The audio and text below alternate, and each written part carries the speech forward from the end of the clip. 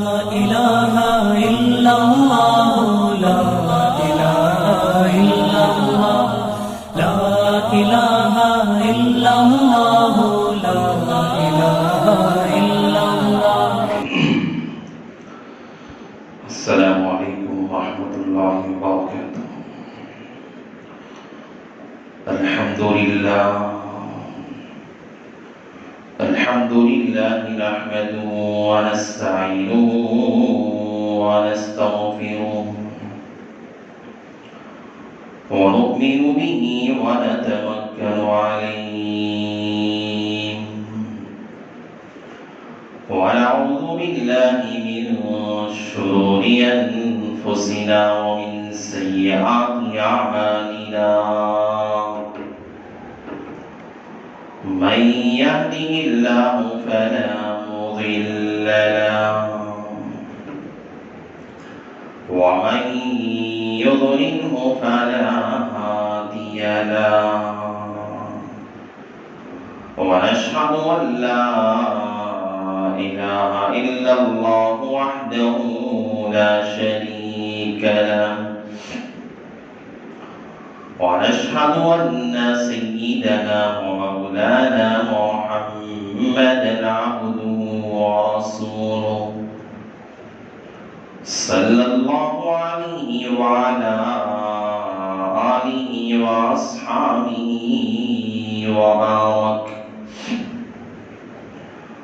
وبارك وسلم تسليما كثيرا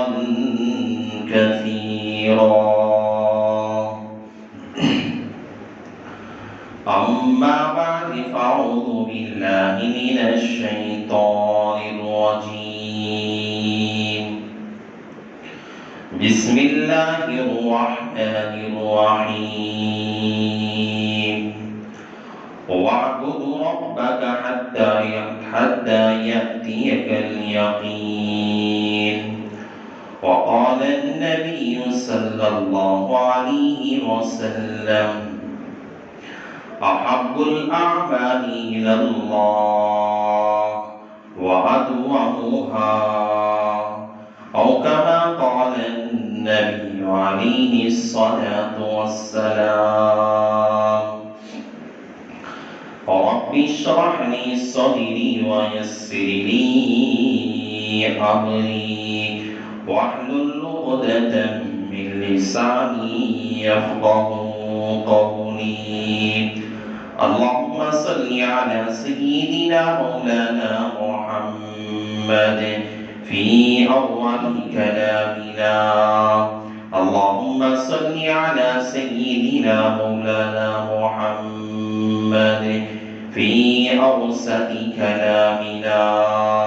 اللهم صل على سيدنا مولانا محمد في آخر كلامنا.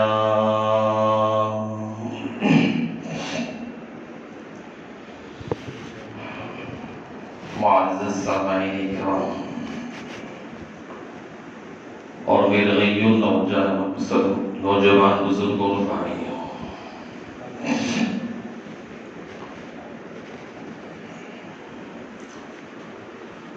ابھی ہماری زندگی کے لمحات اور رمضان المبارک کی رحمتوں، برکتوں، اس کی سعادتوں سے مستفیض ہو رہے تھے، اور رمضان المبارک کا بابرکت مہینہ جو ابھی رخصت ہوا، رمضان جب آیا لوگوں میں ایک ایسا تہلکہ مچ چکا تھا. رمضان آنے کے بعد لوگ مساجد میں آنا شروع ہوئے. لوگ اپنے سروں پہ ٹوپیاں رکھنا شروع کر دیا. بے نمازی نمازی بن چکے، گناہ کرنے والے گناہ ترک کر دیے تھے. اللہ کو ناراض کرنے والے کام ہم نے چھوڑ دیے تھے. رمضان کے مہینے میں اتنا خوف اللہ کا تھا، اتنا ڈر اللہ کا تھا کہ بڑا سے بڑا جاہل انسان بھی رمضان کے مہینے میں جھوٹ بولنے سے ڈرا کرتا تھا، گناہ کرنے سے، معصیات کے اندر مبتلا ہونے سے ڈرا کرتا تھا۔ لوگوں میں ایک ایسی نورانیت پھیلی ہوئی تھی، ایسی محبتیں پھیلی ہوئی تھی کہ ہر آدمی خیر چاہتا تھا، خیر کو طلب کرنے والا تھا۔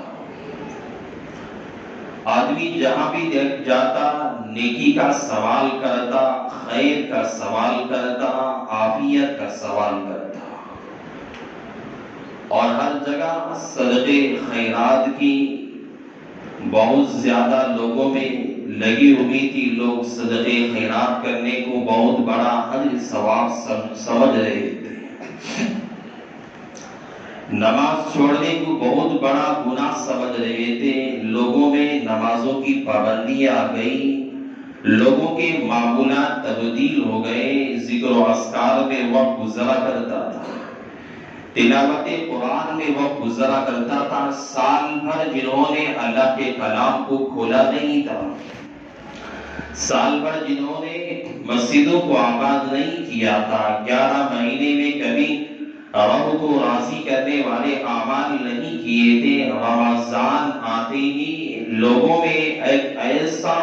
نورانی ماحول طاری ہو چکا تھا، لوگوں میں ایک ایسا اللہ تعالیٰ کا خوف، اللہ کی الہیت لوگوں پہ ایسی طاری ہو چکی تھی، لگا کرتا تھا کہ حقیقت میں یہی لوگ ایمان والے ہیں۔ ایسا لگا کرتا تھا کہ حقیقت میں ایمان اب تازہ ہو چکا ہے، ایسا لگا کرتا تھا کہ اب ایمان والوں کی حلاوتیں بڑھتی جا رہی ہے، ایسا لگتا تھا کہ ایمان والا اب حقیقتاً ایمان کی لذت محسوس کر رہا ہے۔ ایسے معمولات تھے، قرآن پاک کی تلاوت کا معمول، ذکر و اذکار کا معمول، اور اللہ کے لیے بھوکا اور پیاسا رہنے کا معمول، اللہ کے لیے اپنی خواہشات دبانے کا معمول۔ رمضان میں جھوٹ سے پرہیز، غیبت سے پرہیز، تہمتوں سے پرہیز، شراب نوشی سے پرہیز، نشے والی چیزوں کے استعمال کرنے سے پرہیز، گالی گلوچ سے پرہیز، ہوٹلوں پہ سرکلوں پہ کھڑے ہونے سے پرہیز، حتیٰ کہ انسان حتی الامکان روزے دار اپنے آپ کو گناہوں سے بچانے کی کوشش کیا کرتا تھا۔ لیکن جیسے ہی رمضان رخصت ہوا، الوداع کا رمضان لوگوں کی زندگی سے گیا، ایسا لگ رہا ہے کہ لوگ بس مؤمن الرمضان ہیں، مسلم الرمضان ہیں، یہ آج کے لوگ ایسے ہیں، بس ایمان والے ہیں، مسلمان ہیں، بس رمضان کی حد تک۔ ایسا لگ رہا ہے کہ ایمان والے ہیں، مؤمن الرمضان، بس ایمان ان کا ہے رمضان کے حدود تک۔ ایسا لگ رہا ہے کہ مسلم الرمضان، یہ مسلمان تو ہے لیکن بس رمضان کے مہینے میں مسلمان ہے۔ ایسا لگتا ہے کہ رمضان جانے کے بعد ہمارا ایمان ہماری جو ہے دماغوں سے، ہماری دلوں سے ختم ہو چکا، ایمان کی لذتیں ختم ہو گئی، ایمان کی جو حلاوتیں رمضان کے اندر تھی، ایسا لگ رہا ہے کہ بس ہم رمضان کے مسلمان ہیں، ہم ایمان والے بس رمضان کہنے پر رمضان کے اندر رہنے والے ہیں۔ ایسا لگتا ہے کہ جس طرح رمضان نے فجر کی نماز کے اندر مسجد پوری بھری کی بھری نظر آتی تھی، ایسا لگتا تھا ظہر کی نماز کا وقت ہے، مسجد بھری کی بھری نظر آ رہی ہے۔ کیا نوجوان، کیا بوڑھا،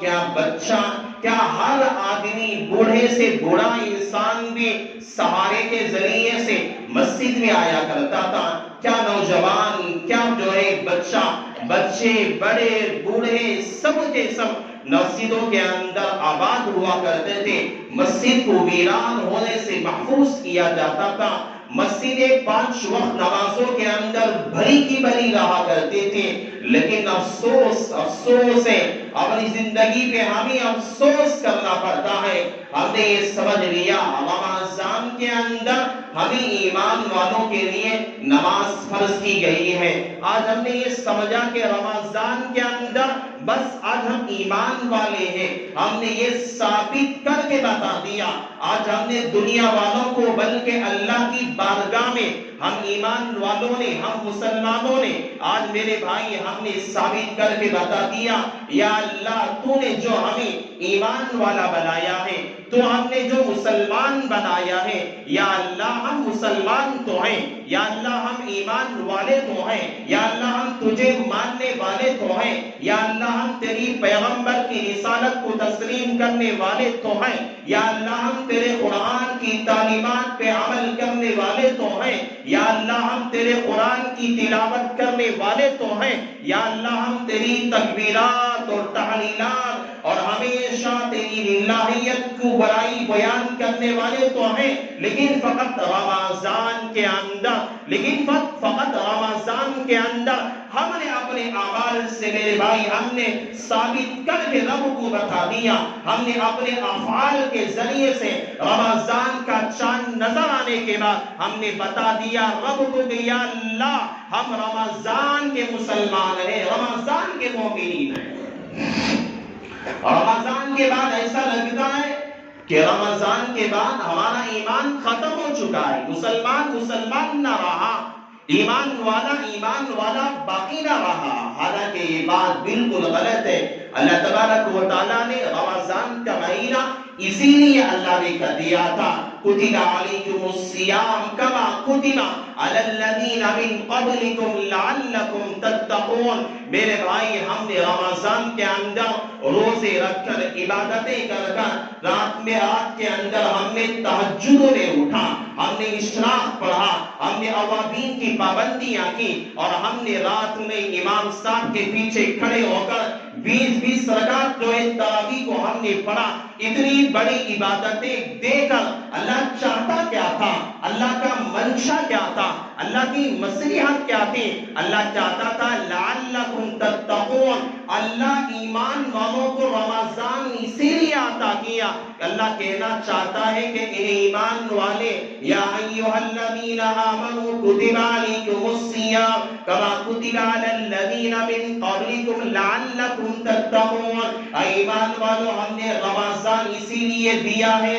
یہ تمہارے لیے ایک تحفہ ہے، تمہارے لیے انعام ہے، یہ تمہارے سلیبس سے تمہیں زندگی گزارنے کا ایک طریقہ ہے۔ اللہ تبارک و تعالیٰ نے بتایا ہے ایمان والوں، اے میرے ماننے والے لوگوں، اے میرے سے محبت کرنے والے ایمان والوں، اے مجھ پہ یقین اور اعتماد کرنے والے میرے ایمان والوں مسلمانوں، اللہ تعالیٰ کا خطاب ہے، اللہ کہہ رہا ہے رمضان میں نے اس لیے دیا کہ میں نے رمضان میں میرے بندے تجھے بتا دیا کہ جس طرح روزہ تو رکھ کر تیرے اندر جیسا میرا ڈر پیدا ہوتا ہے، میرا خوف پیدا ہوتا ہے، میری الہیت پیدا ہوتی ہے اور میری معرفت پیدا ہوتی ہے، تو چاہ کر بھی بغیر کسی ایسی جگہ پہ تنہائی میں بیٹھ کر بھی میرے لیے میری نافرمانی نہیں کر سکتا، روزہ توڑ نہیں سکتا، کوئی جو ہے بھوکا رہ کر بھی پانی نہیں پی سکتا۔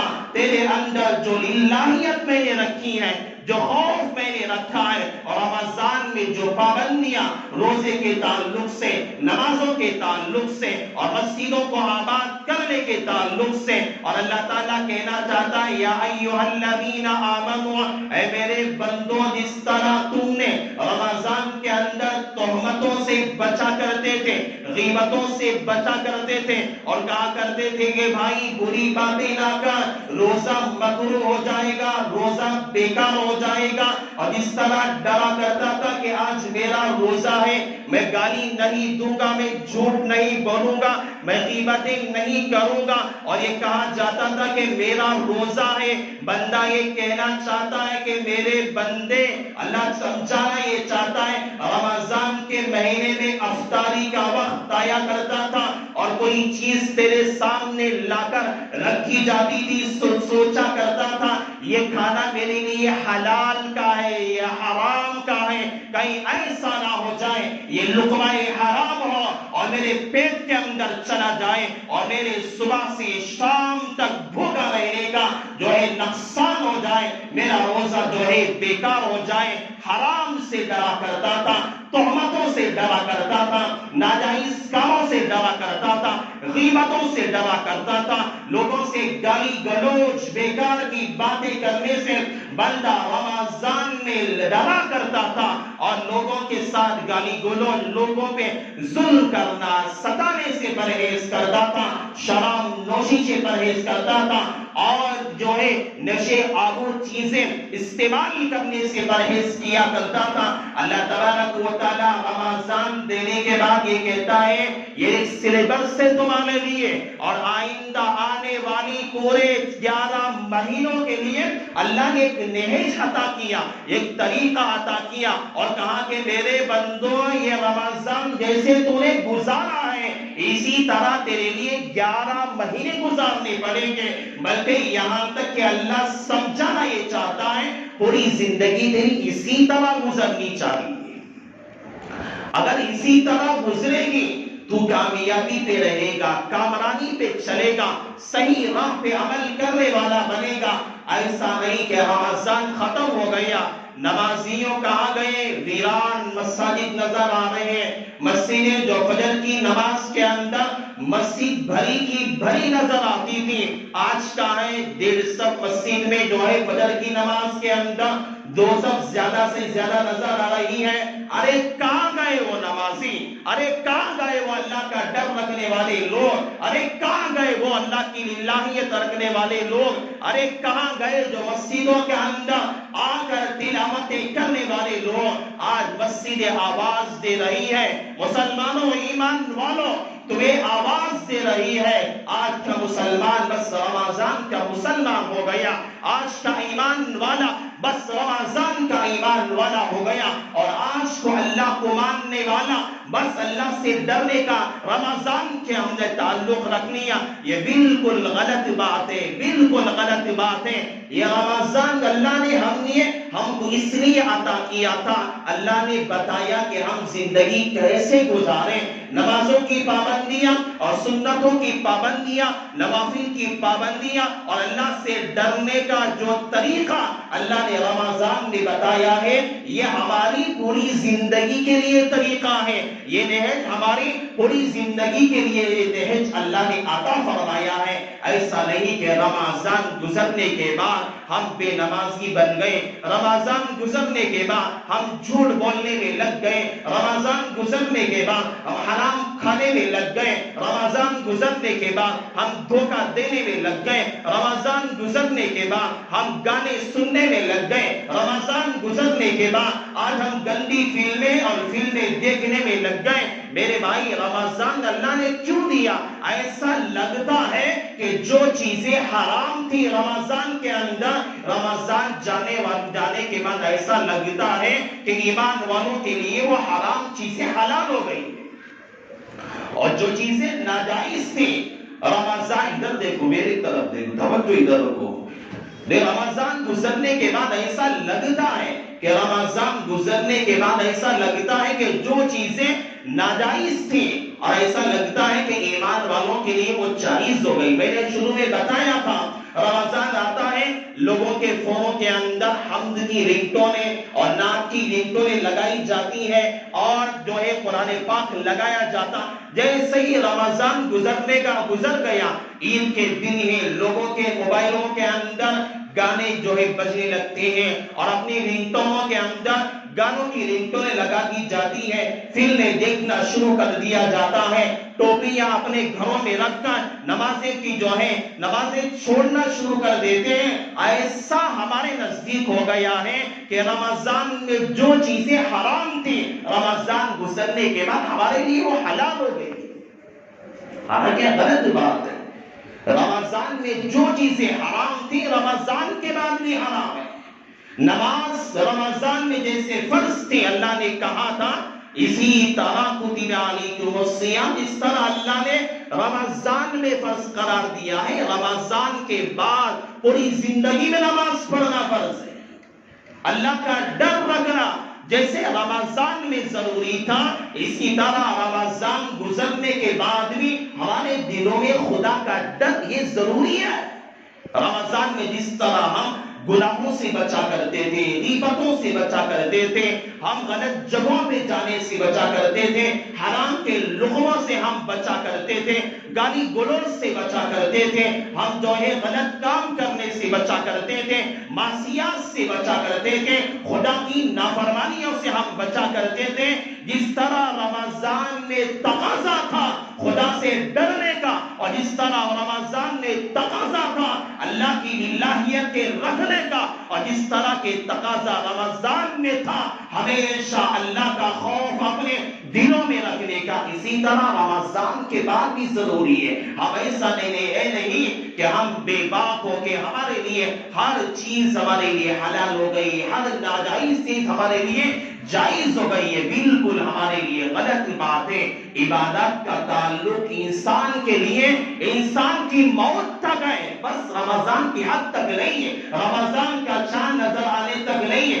بلکہ قبر کے گڑھے کو جانے تک اور موت کا فرشتہ آنے تک بھی ہماری عبادت کا تعلق باقی رہے گا۔ اور آج جب ہم بے پرواہ ہو گئے ہیں، اس شیطانی کرتوتیں آج ہمارے ساتھ ہیں۔ حضرت شیخ عبدالقادر جیلانی رحمت اللہ علیہ کے والد محترم ابو نصر رحمت اللہ علیہ کے بعد شیطان آ کر کہنے لگا کہ حضرت آپ کیا باتیں، آپ تو اللہ کے ولی ہیں، آپ کی عبادت کی انتہا اللہ کے نزدیک اتنی زیادہ ہو گئی ہے، رات میں آپ اللہ کے سامنے تہجد پڑھتے ہیں، بڑی بڑی رکعتیں نمازیں پڑھتے ہیں، رات میں اللہ کے سامنے رویا کرتے ہیں، اللہ کے سامنے گڑ گڑایا کرتے ہیں، آپ نوافل کی پابندی میں لگے رہتے ہیں، آپ جو ہے اوابین کی پابندی میں لگے رہتے ہیں، ہمیشہ تقوی اور طہارت ہے، اور اللہ تعالیٰ کی طرف سے میں اللہ کا فرشتہ ہوں، اور آپ کی طرف یہ پیغام اللہ نے بھیجا ہے کہ آپ اپنی عبادتیں بند کر دیں۔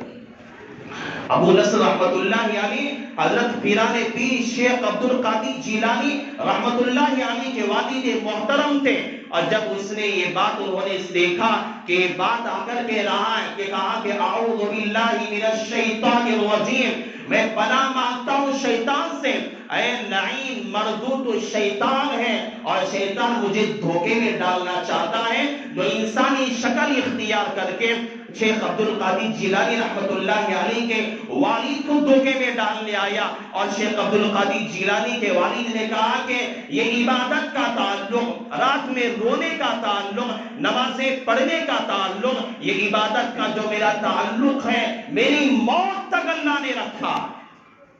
ایسا نہیں کہ میں نے زیادہ عبادتیں کر لی بس میری عبادتیں میرے لیے کافی ہو جائے گی، ایسا نہیں ہے۔ حضرت امام احمد بن حنبل رحمت اللہ علیہ کی دربار میں ایک صاحب آئے، ایک شخص آئے، امام احمد بن حنبل رحمت اللہ علیہ بیٹھے ہوئے تھے، اپنے درس حدیث کے اندر ایک اچھے شخص آیا، حضرت امام احمد بن حنبل سے ایک سوال پوچھا، کہا کہ میں بہت دور سے حضرت میں سفر کر کے آیا ہوں، میں بہت دور دراز سے آپ کے پاس ایک ہی سوال کے لیے سفر کر کے آیا۔ بڑے بڑے محدثین نے، آج امام بخاری نے اتنی بڑی حدیث کی کتاب جمع کی اور حدیث لکھا، ایسا نہیں لکھا کہ ہم بیٹھے بیٹھے سوالات پوچھ لیے، حدیث بیان کرنے والا محدث ہے، کہیں کہ ایک ایک حدیث ایک ایک روایت کو نقل کرنے کے لیے ہزاروں میل کا سفر کر کے محدثین جاتے تھے اور ایک حدیث لیتے اور آتے وہاں سے سفر کر کے آتے تھے۔ پہلے زمانے کا جو سفر آج کی طرح ٹرینوں کا، ہوائی جہازوں کا، بسوں کا جو سفر نہیں تھا، بلکہ سواری اونٹ پہ سوار ہو کے جاتے، گھوڑوں پہ سوار ہو کے جاتے، پیدل سفر کرنے کا زمانہ تھا۔ ایسا سفر ایک ایک حدیث ایک ایک مسئلہ دریافت کرنے کے لیے، پوچھنے کے لیے لوگ جایا کرتے تھے۔ اور آج ہمارے سامنے فقہ حنفی کی کتابیں آج موجود ہیں، اور آج ہم آپ لوگوں کے سامنے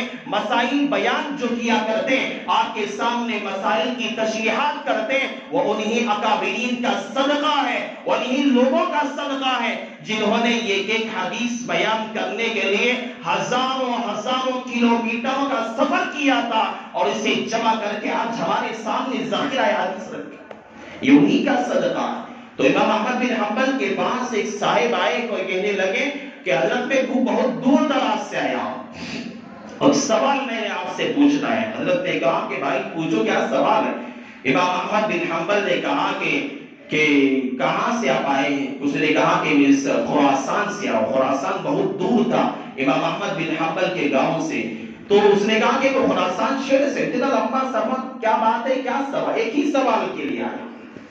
تو حضرت سے پوچھا کیا سوال ہے؟ تو اس نے صاحب نے کہا کہ حضرت انسان کو آرام کب ملا کرتا ہے، انسان کو راحت کب ملا کرتی ہے، بس میرا اتنا ہی سوال ہے۔ انسان اپنی زندگی میں کب آرام سے رہے، کب اطمینان سے رہے، کب سکون سے رہے۔ امام احمد بن حنبل کی بات اپنے دلوں پہ رکھے جاؤ۔ ہم بے نمازی بن گئے، ہم خدا کا ڈر نکال کر رمضان کے بعد ہم جو ہے اپنے یہاں لٹک ہو کر ہم گھوم رہے ہیں۔ امام احمد بن حنبل رحمت اللہ علیہ نے کہا کہ جب انسان اپنی موت کے بعد اپنا قدم جنت میں رکھ لے، تب سمجھ لینا کہ آج اس کے راحت کا زمانہ شروع ہو چکا ہے،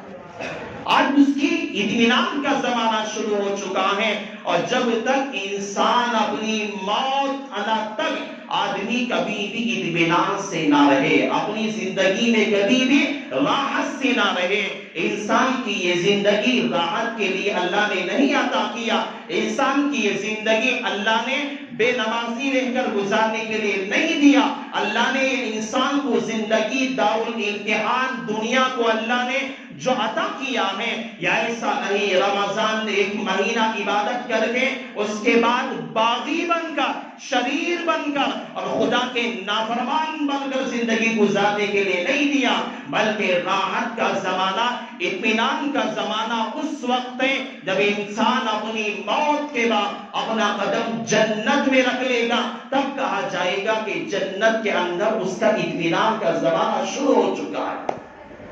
اور اپنی موت تک بھی انسان کے لیے راحت نہیں ہے، اطمینان نہیں ہے۔ موت تک ہمیشہ عبادت کے اندر کوشش کرے، آدمی زیادہ سے زیادہ جہاں تک ہو سکے اپنی عبادت کے اندر، اپنے نوافل میں اپنا وقت خرچ کیا کرے۔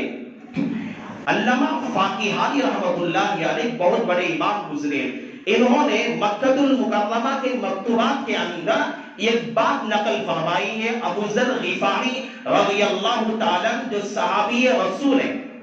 ان کی ایک نصیحت نقل فرمائی علامہ فاقیہانی رحمت اللہ علیہ نے کہ حضرت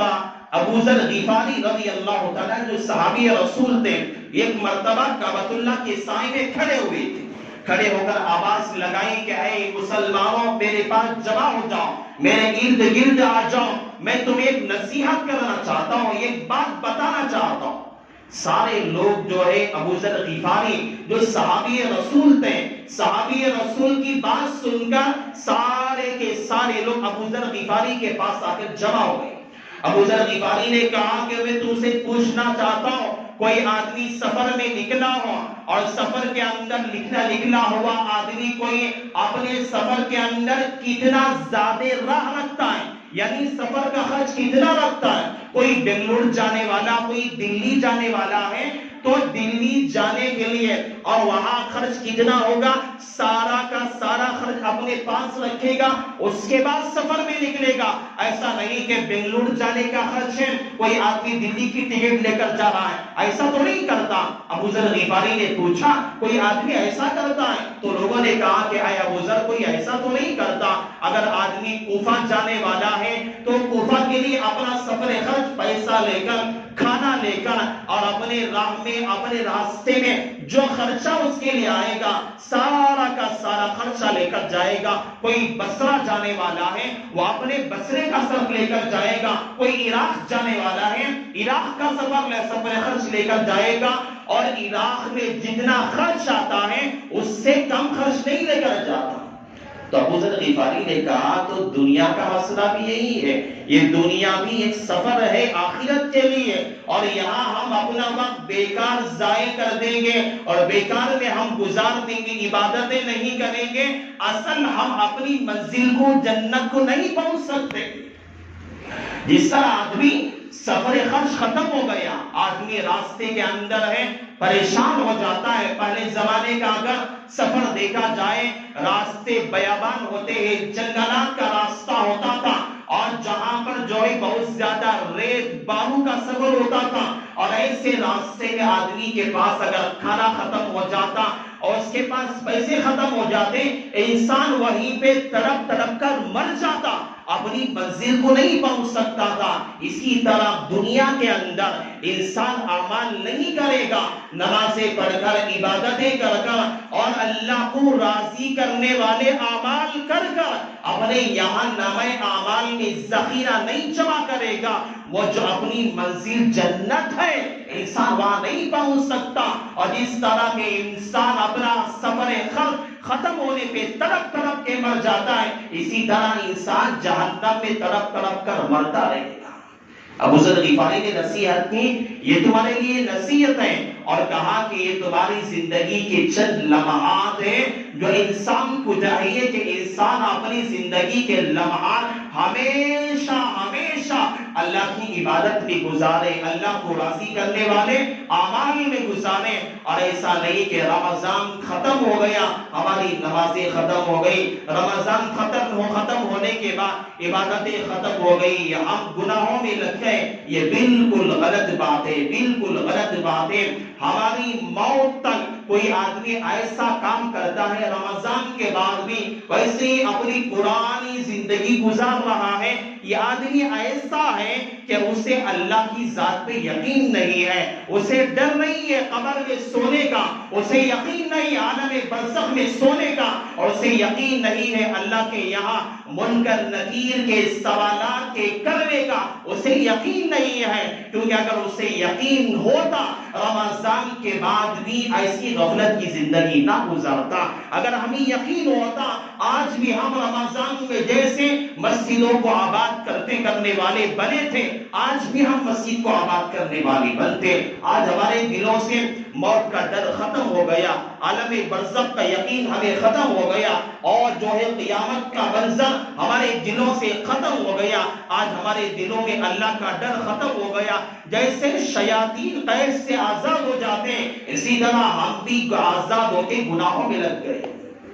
یہ غلط باتیں اپنے آپ کو جس طرح ہم رمضان میں اپنی زندگی گزارے ہیں یہاں سے تہیہ کر کے اٹھیں۔ میرا پیغام آج کے دن آپ کے لیے یہی ہے کہ مسجدوں کو ویران نہ کریں۔ ہماری زندگی جیسے رمضان میں گزری ہے ہماری زندگی پوری زندگی بھر اسی طرح کی گزارنی چاہیے۔ یہ ہمارے لیے اللہ تعالیٰ کی طرف سے پیغام ہے۔ اگر ہم اس طرح کا گزاریں گے ہمارے لیے خسارے کا ذریعہ بنے گا، یہ ہماری زندگی کے تباہ اور بربادی کا ذریعہ بنے گا۔ اللہ سے میں دعا کرتا ہوں اللہ تبارک و تعالیٰ نے جو باتیں آج اللہ نے مجھ سے کہلوائی ہے، اللہ تعالیٰ سب سے پہلے اللہ مجھے عمل کی توفیق عطا فرمائے، اللہ تمام لوگوں کو بھی اللہ عمل صالح کی توفیق عطا فرمائے۔ اللہ نے جیسا منظر ہمیں اللہ نے رمضان میں عطا کیا تھا، اللہ نے عبادت کی توفیق اللہ نے عطا فرمائی تھی، اسی طرح اللہ پوری زندگی پر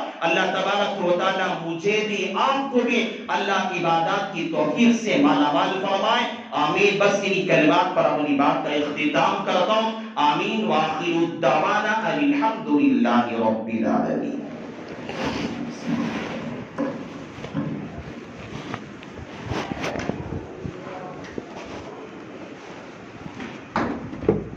کیوں تم اتنا سلو کر دیتے ہیں؟